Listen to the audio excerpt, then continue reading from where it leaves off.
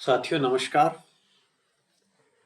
आपको विदित होगा पूरे भारतवर्ष में इलेक्शन कमीशन ऑफ इंडिया द्वारा पहले बिहार में पायलट प्रोजेक्ट के तौर पे एसआईआर को शुरू किया गया था। अब शेष राज्यों में से 12 राज्यों में एसआईआर का कार्य चलाया गया है। एसआईआर कार्य को पूर्ण करवाने के लिए एनुमरेशन फॉर्म, जिसे परिगणना पत्र भी कहते हैं, भरवाया जा रहा है। ऑनलाइन या ऑफलाइन दोनों माध्यम से मतदाता अपना फॉर्म फिल कर सकते हैं।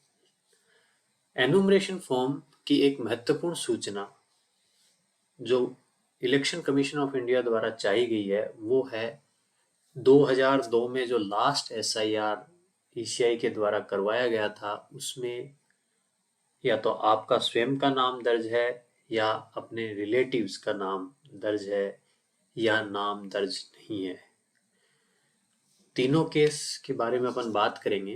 पहला केस है, अगर आपकी उम्र 38 से ज़्यादा है, यानी कि लास्ट एसआईआर 2002 में हुआ था और उस वक्त आपकी उम्र अगर 18 वर्ष थी तो आज आपकी उम्र 38 होगी या इससे ज़्यादा होगी। तो चूंकि आपका स्वयं का नाम मिलने की संभावना है, केस 1। सेकंड केस, आपकी एज 38 से कम है। वर्तमान निर्वाचक नामावली में तो आपका नाम है, लेकिन उस वक्त जब लास्ट एसआईआर हुआ था तब आपका नाम नहीं था। केस थर्ड, न तो आज आपका नाम है और ना ही उस वक्त आपका नाम था और ना ही आपके किसी रिलेटिव का नाम था। Case third. फर्स्ट केस, यानी अगर मेरा नाम एसआईआर के अंदर जो 2002 में आयोजित किया गया था है तो मैं मेरी जानकारी दूंगा। अगर मेरे रिलेटिव, यहाँ पे रिलेटिव शब्द के ऊपर मैं आपको बताना चाहूँगा, रिलेटिव 4 ही टर्मिनोलॉजीज से बताए गए हैं। फर्स्ट है फादर, सेकंड है मदर, थर्ड है ग्रैंडफादर और फोर्थ है ग्रैंड मदर।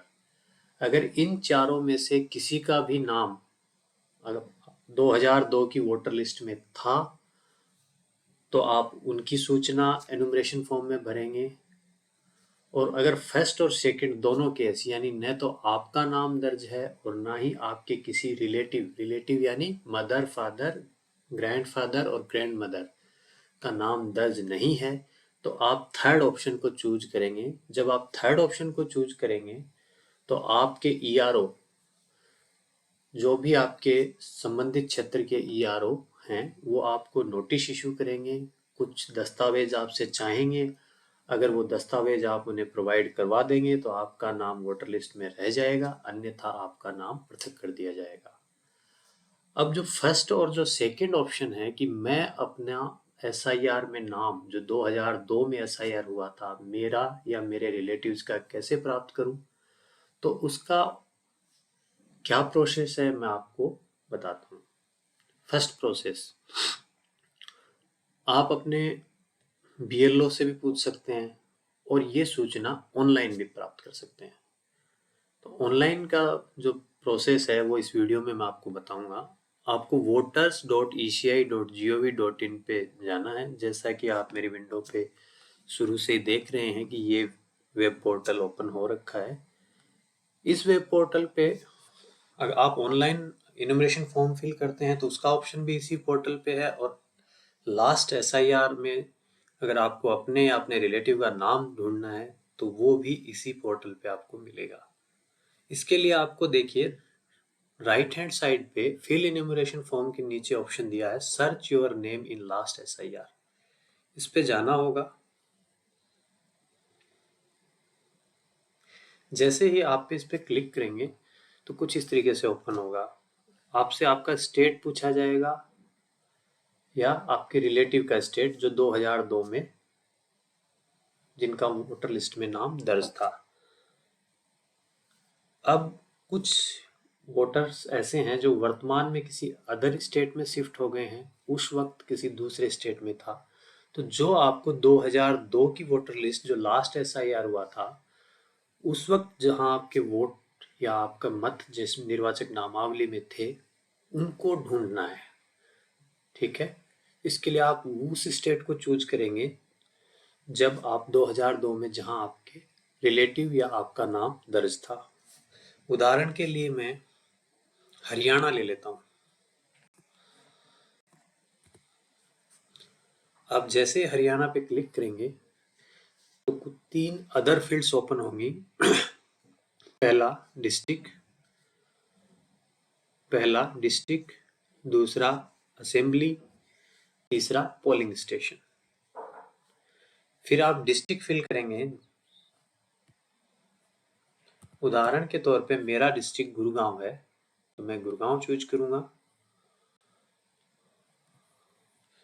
ये जो डिस्ट्रिक्ट मिलेगा ये वर्तमान नाम के हिसाब से नहीं मिलेगा। जो आपके 2002 की वोटर लिस्ट में जो डिस्ट्रिक्ट का या जो असेंबली का नेम था वही नेम इसमें मिलेगा आपको।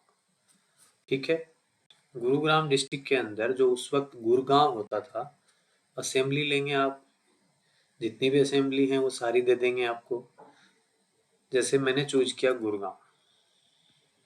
गुड़गांव चूज करने के बाद आपको उस वक्त के सारे पोलिंग स्टेशन यहाँ शो करेगा।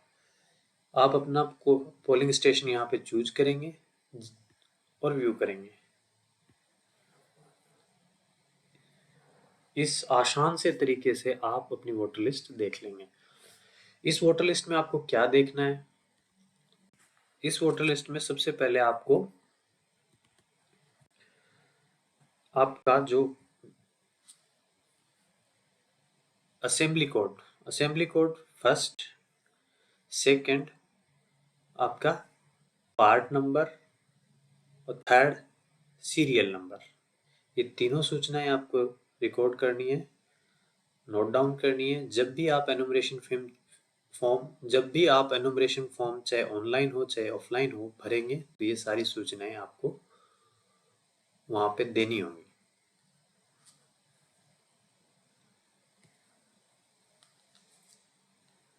ठीक है दोस्तों, इस प्रकार से आप अपना 2002 का SIR में रिकॉर्ड चेक कर सकते हैं। किसी अन्य सुझाव समाधान के लिए कमेंट कीजिए। धन्यवाद।